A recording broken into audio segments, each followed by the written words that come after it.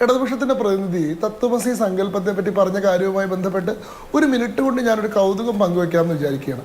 അദ്ദേഹം പറയുന്നു തത്വമസി എന്നത് വളരെ മതേതരമായ നവോത്ഥാനത്തിൻ്റെ അടിസ്ഥാനപരമായിട്ടുള്ള മൂല്യത്തെ, തത്വത്തെ ഉൾക്കൊള്ളുന്നൊരു വാക്യം തന്നെയാണ്. അവർ ആ വാക്യത്തോട് ചേർന്നാണ് നിൽക്കുന്നത് എന്ന് പറയുന്നുണ്ട്.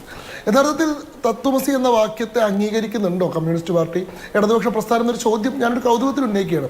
കാരണം തത്വമസി അത് നീ തന്നെയാകുന്നു, ആ സാക്ഷാത് പരബ്രഹ്മം ഓരോ വ്യക്തിയിലും കൂടിയിരിക്കുന്നു, നീ തന്നെ ആ സാക്ഷാത് പരബ്രഹ്മത്തിൻ്റെ പ്രതിഫലനമാണ് എന്ന് പറയുന്നത് നോൺ ഡ്യുവലിറ്റിയുടെ, അദ്വൈതത്തിൻ്റെ സങ്കല്പമാണ്. എല്ലാ മതങ്ങളും അദ്വൈത സങ്കല്പത്തെ പിന്തുടരുന്നില്ല. പ്രത്യേകിച്ചും സെമിറ്റിക്, എബ്രഹാമിക് മതങ്ങളെല്ലാം ഡ്യുവലിറ്റിയിലാണ് വിശ്വസിക്കുന്നത്. ഇസ്ലാം മതമാണെങ്കിലും ക്രിസ്ത്യൻ മതമാണെങ്കിലും സൃഷ്ടിയും സൃഷ്ടാവും വേറെ തന്നെയാണ്. ക്രിയേറ്ററും ഉണ്ട്, ക്രിയേറ്റഡും ഉണ്ട്. ദൈവം സൃഷ്ടാവും മനുഷ്യർ സൃഷ്ടിയുമാണെന്നാണ്. രണ്ടും രണ്ട് തന്നെയാണ്. മനുഷ്യൻ ദൈവത്തിൻ്റെ അംശമാണെന്നോ പ്രതിഫലനാണെന്നോ അല്ല, മനുഷ്യൻ ദൈവത്തിൻ്റെ നിർമ്മാണമാണ്, സൃഷ്ടിയാണെന്നാണ് വിചാരിക്കുന്നത്. എന്നാൽ ഹിന്ദു ധർമ്മത്തിൽ ഒരു നോൺ ഡ്യുവലിറ്റിയുടെ, അദ്വൈതത്തിൻ്റെ സങ്കല്പമുണ്ട്. ദൈവവും മനുഷ്യനും വേറെയല്ല, ക്രിയേറ്ററും ക്രിയേറ്റഡും വെവ്വേറെയല്ല. അതുകൊണ്ടാണ് ശ്രീനാരായണ ഗുരുദേവൻ കൃത്യമായിട്ട് അദ്വൈത സങ്കല്പത്തെ വെച്ചുകൊണ്ട് തന്നെ പറയുന്നത്, നീ തന്നെയല്ലോ സൃഷ്ടിയും സൃഷ്ടാവും സൃഷ്ടിജാലവും, നീ തന്നെയല്ലോ സൃഷ്ടിക്കുള്ള സാമഗ്രിയായതും. അതായത് ക്രിയേറ്റർ എന്ന് പറയുന്ന രണ്ട് വേർതിരിവില്ല, രണ്ടും ഒന്ന് തന്നെയാണ്. ഇത് അദ്വൈതത്തിൻ്റെ സങ്കല്പമാണ്. ഈ സങ്കല്പമാണ് കൂടുതൽ ശരിയെന്നാണോ ഇടതുപക്ഷത്തിൻ്റെ പ്രതിനിധി പറയുന്നത്? ദ്വൈതത്തിൻ്റെ, ഡ്യുവലിറ്റിയുടെ സങ്കല്പം ശരിയല്ല എന്നുള്ളതാണോ? അങ്ങനെയാണെങ്കിൽ ഈ പറയുന്ന ഫിലോസഫിക്കൽ ഡിസ്കോഴ്സിൽ ഹിന്ദുമതം മുന്നോട്ട് വയ്ക്കുന്ന ഫിലോസഫിക്കൽ ആയിട്ടുള്ള പോയിന്റിനോടാണ് ഇടതുപക്ഷം കൂടുതൽ ചേർന്ന് നിൽക്കുന്നത് എന്നുള്ളതാണോ അദ്ദേഹത്തിൻ്റെ വാദത്തിൽ നിന്ന് മനസ്സിലാക്കേണ്ടത് എന്നൊരു കൗതുകം ഞാൻ ആദ്യം മുന്നോട്ട് വയ്ക്കുകയാണ്. രണ്ട്, ഈ ചർച്ചയുടെ ആമുഖത്തിൽ പറഞ്ഞതുപോലെ ഇവിടെ ഇപ്പോൾ ബഹുമാനപ്പെട്ട ഹൈക്കോടതിയുടെ ഭാഗത്ത് നിന്ന് ഉണ്ടായിട്ടുള്ളത് ഒരു സ്ട്രോങ് അഡ്മോണിഷിംഗ് ആണ്. സർക്കാരിന് ഒരു നിലയ്ക്കും അനുകൂലമായിട്ടുള്ളൊരു വിധിയല്ല അവിടെ ഉണ്ടായിട്ടുള്ളത്. ആ വിധിയെ പറ്റി വളരെ തെറ്റിദ്ധാരണാജനകമായിട്ടാണ് നമ്മുടെ ആളുകൾ പ്രതികരിക്കുന്നത് എന്ന് തന്നെ അത്ഭുതപ്പെടുത്തിക്കൊണ്ടിരിക്കുകയാണ്. എന്തോ സർക്കാരിന് അനുകൂലമായിട്ട് കോടതി ഒരു വിധി പറഞ്ഞു, അത് ആ ദേവസ്വം മന്ത്രി അത് സ്വാഗതം ചെയ്യുന്നു, ഇടത് പ്രതിനിധി അത് തങ്ങളുടെ വിജയമാണെന്നുള്ള പോലെ ചർച്ചയിൽ പങ്കെടുക്കുന്നു. എന്തായിരുന്നു ഇവിടുത്തെ വിഷയം? അതായത് ഏതാനും വർഷങ്ങൾക്ക് മുമ്പ് ശബരിമലയിലെ ആചാരങ്ങളെയും അനുഷ്ഠാനങ്ങളെയും വിശ്വാസ പദ്ധതിയെയും അട്ടിമറിക്കാൻ ശ്രമിച്ച, ഭക്തരെ കുറ്റവാളികളെ പോലെ കൈകാര്യം ചെയ്തിരുന്ന, ആ ക്ഷേത്രത്തിൽ നിലനിൽക്കുന്ന ഒരു പൈതൃകമായിട്ടുള്ള പദ്ധതിയെ തകർക്കാൻ ശ്രമിച്ചിട്ടുള്ള, അതിനു വേണ്ടിയിട്ട് വളരെ ബോധപൂർവമായിട്ടുള്ള ഒരു അഭിമാന പോരാട്ടം തന്നെ നടത്തിയിരുന്ന ഒരു സർക്കാർ പെട്ടെന്ന് തെരഞ്ഞെടുപ്പ് അടുക്കുന്ന ഘട്ടത്തിൽ വിശ്വാസികളുടെ പക്ഷം ചേർന്നതുപോലെ ഒരു വിശ്വാസി സംഗമം സംഘടിപ്പിക്കുന്നു. അപ്പോൾ ഇതിൻ്റെ പിന്നിലെ താല്പര്യം എന്താണ്? നിങ്ങൾക്ക് രാഷ്ട്രീയപരമായിട്ടുള്ള ഒരു സമ്മേളനം നടത്താൻ അയ്യപ്പസ്വാമിയുടെ പേര് നിങ്ങൾ ദുരുപയോഗം ചെയ്യുകയാണോ? ആരാണിത് യഥാർത്ഥത്തിൽ നടത്തുന്നത്? തിരുവിതാംകൂർ ദേവസ്വം ബോർഡാണോ അതോ സർക്കാരാണോ? എങ്ങനെയാണ് ഇതിന്റെ ഫണ്ട് സമാഹരിക്കുന്നത്? ഇത് സർക്കാരിന് പണം പിരിക്കാനുള്ള അയ്യപ്പന്റെ പേര് പറഞ്ഞിട്ടുള്ള ഒരു തരികിടയാണോ? തുടങ്ങിയിട്ടുള്ള ചോദ്യങ്ങളാണ് പൊതുസമൂഹം ഉന്നയിച്ചത്. ആ ചോദ്യങ്ങൾ ആ ചോദ്യങ്ങളാണല്ലോ കോടതിയിലും ഉന്നയിക്കപ്പെട്ടത്. ആ ചോദ്യങ്ങൾക്ക് ബോർഡ് നൽകിയ ഉത്തരം വളരെ സ്പഷ്ടമാണ്. ഇത് ഒന്ന് സർക്കാർ ഇതിന് ഇൻഫ്രാസ്ട്രക്ചർ മാത്രമേ ചെയ്യുന്നുള്ളൂ, ലോജിസ്റ്റിക്സും ഇൻഫ്രാസ്ട്രക്ചറും മാത്രമേ ചെയ്യുന്നുള്ളൂ. ഒരു സെക്യുലർ ഗവൺമെന്റ് അത് ചെയ്യുന്നതിൽ അപാകമില്ല. ബോർഡ് എങ്ങനെയാണ് പണം സ്വരൂപിക്കുന്നത്? സ്പോൺസർഷിപ്പ് വഴിയാണ്. കോടതി നിരീക്ഷിക്കുന്നു. ശബരിമലയിലെ എല്ലാ പ്രവർത്തനങ്ങളും ഈ സർക്കാരിന്റെയോ അതല്ലെങ്കിൽ ദേവസ്വത്തിന്റെയോ പണം കൊണ്ട് മാത്രമല്ല, ഭക്തരുടെ സംഭാവനകൾ കൊണ്ടുകൂടിയാണെന്നുള്ള ചരിത്രം ഓർമ്മിപ്പിക്കുന്നു.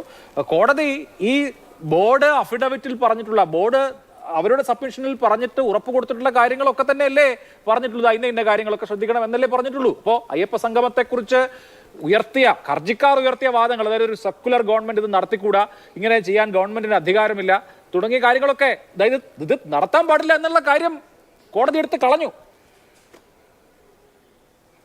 നമുക്ക് നടത്താൻ പാടില്ലെന്ന് ആരാണ് അതിലൂടെ പറഞ്ഞിട്ടുള്ളത്? ഒരു അയ്യപ്പ സംഗമം നടത്താൻ പാടില്ല, അല്ലെങ്കിൽ തിരുവിതാംകൂർ ദേവസ്വം ബോർഡിന്റെ 75ാം വാർഷികം പ്രമാണിച്ച് ഒരു പ്ലാറ്റിനം ജൂബിലി സമ്മേളനം നടത്തരുതെന്ന് ആരാണ് പറഞ്ഞത്? ഇവിടെ പറഞ്ഞത് എന്താ?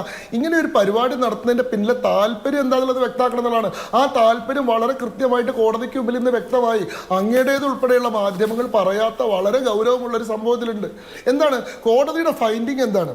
അതായത് ഇവിടെ ആദ്യം അയ്യപ്പ ഭക്ത സംഗമമാണ്, വിശ്വാസികളുടെ നന്മയ്ക്ക് വേണ്ടിയിട്ടാണ്, ശബരിമല ക്ഷേത്രത്തിന്റെ ആഗോള പ്രസിദ്ധിക്ക് വേണ്ടിയിട്ടാണ്, ശബരിമലയിലെ ലോകത്തിന് മുഴുവൻ മുന്നിൽ കേരളത്തിന്റെ സ്പിരിച്വൽ ഹെറിറ്റേജ് ആയിട്ട് ഇതാക്കാൻ വേണ്ടിയിട്ടാണെന്നൊക്കെ പറഞ്ഞു. ഇവിടെ സ്വാഭാവികമായിട്ട് എങ്ങനെയാണ് ഒരു ജനാധിപത്യ മതേതര സർക്കാർ ഈ പറയുന്ന ഭരണഘടനയിലെ ആർട്ടിക്കിൾ 27 വയലേറ്റീവായി ഈ തിരുവിതാംകൂർ ദേവസ്വം ബോർഡ് ആക്ടിൽ തന്നെ സെക്ഷൻ 15, സെക്ഷൻ 24, സെക്ഷൻ 26 എന്നതിന് വയലേറ്റീവായിട്ട് ഇങ്ങനെയൊരു സംഗമം സംഘടിപ്പിക്കുന്ന ചോദ്യം ചോദിച്ചു. അവിടെ സർക്കാരും ദേവസ്വം ബോർഡും കോടതിയിൽ വന്ന് പറഞ്ഞാൽ എന്താ? ഇത് ശബരിമലയുടെ വികസനത്തിന് വേണ്ടിയിട്ടുള്ള മാസ്റ്റർ പ്ലാൻ നടത്താൻ വേണ്ടി ഞങ്ങൾ ചെയ്യുന്നതാണ്.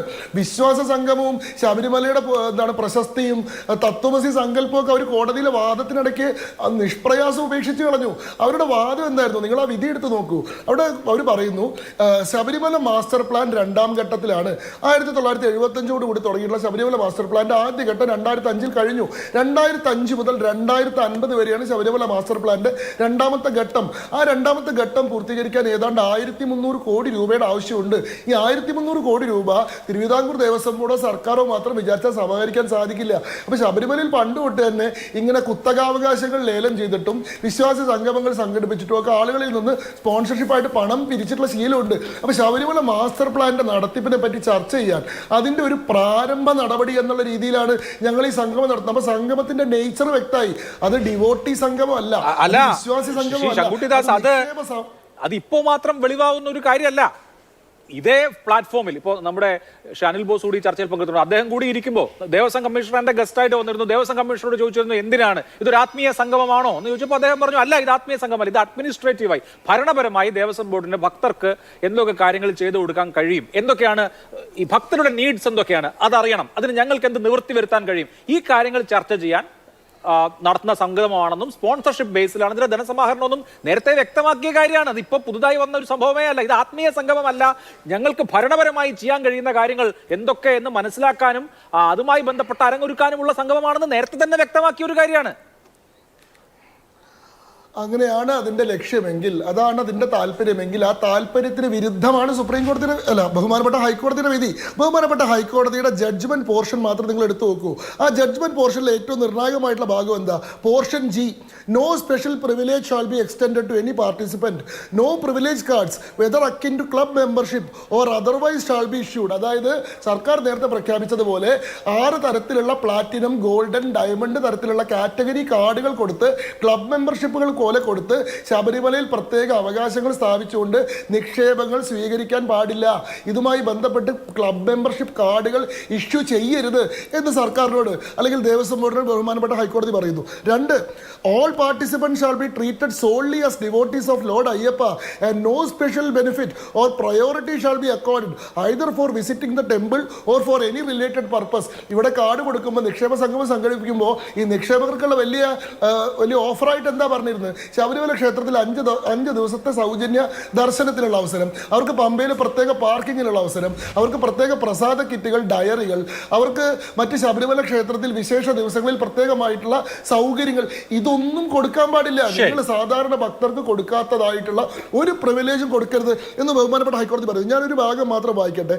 ജഡ്ജ്മെന്റിന്റെ portion 22, by convening a 1-day conference at Pamba, we are not persuaded that the Travancore Devaswam Board is engaging in an activity beyond the scope of its statutory powers under the Act. The evident objective is to mobilize much needed funds and obtain constructive inputs to streamline and implement the proposals embodied in the master plan. അതായത് ഞങ്ങൾക്ക് വളരെ വ്യക്തമായി മനസ്സിലായി ഈ പരിപാടി നടത്തുന്നതിൻ്റെ ഉദ്ദേശം ശബരിമലയുടെ വികസനത്തിന് മാസ്റ്റർ പ്ലാൻ നടത്താക്കുന്നതിന് ആവശ്യമായിട്ടുള്ള ഫണ്ട് സമാഹരിക്കലാണ്. ഇതേ ഞങ്ങളും പറഞ്ഞിട്ടുള്ളൂ. ഇവിടെ വിശ്വാസി സംഗമം എന്നുള്ള പേര് കൊടുത്ത് അയ്യപ്പ ഭക്തരെ കൂട്ടിക്കൊണ്ടുവന്ന് ശബരിമല ക്ഷേത്രത്തിന്റെ വിശ്വപ്രസിദ്ധിക്ക് വേണ്ടിയിട്ടും അവരുടെ നന്മയ്ക്ക് വേണ്ടിയിട്ട് നടത്തുന്ന പരിപാടിയല്ല, നിങ്ങൾ ഫണ്ട് സമാഹരിക്കാൻ വേണ്ടി നടത്തുന്ന പരിപാടിയാണ്. അത് കോടതിക്ക് മനസ്സിലായി. പക്ഷെ അതിനുവേണ്ടി നിങ്ങൾ ഏർപ്പെടുത്താൻ ഉദ്ദേശിച്ചിരുന്ന അനധികൃതമായിട്ടുള്ള ശബരിമല ക്ഷേത്രത്തിന്റെ തുല്യതാ സങ്കല്പത്തിന് വിരുദ്ധമായിട്ടുള്ള യുവതീ പ്രവേശനത്തെ അനുകൂലിച്ചുകൊണ്ടുള്ള വിധിയുടെ റാഷണൽ തുല്യതയായിരുന്നല്ലോ. ലിംഗവിവേചനം പാടില്ല, ആണിനും പെണ്ണിനും ഒരുപോലുള്ള അവകാശം വേണമെന്നല്ലേ. അതേപോലെ തന്നെ സാമ്പത്തികാടിസ്ഥാനത്തിലും വേണമല്ലോ തുല്യത. പണമുള്ള ആളുകൾക്ക് കൂടുതൽ അവകാശവും പണമില്ലാത്ത ആളുകൾക്ക് കുറഞ്ഞ അവകാശവും പാടില്ലല്ലോ. അപ്പൊ തുല്യതയ്ക്ക് ലംഘനം ഉണ്ടാവരുതെന്ന് പറഞ്ഞുകൊണ്ടാണ് ഹൈക്കോടതിയുടെ വിധി. ഇത് സർക്കാരിന് എതിരായിട്ടുള്ള വിധി അല്ലെങ്കിൽ പിന്നെ എന്താ എതിര് നടത്തരുതെന്ന് അതാണ് ഉന്നയിക്കുന്ന ചോദ്യം.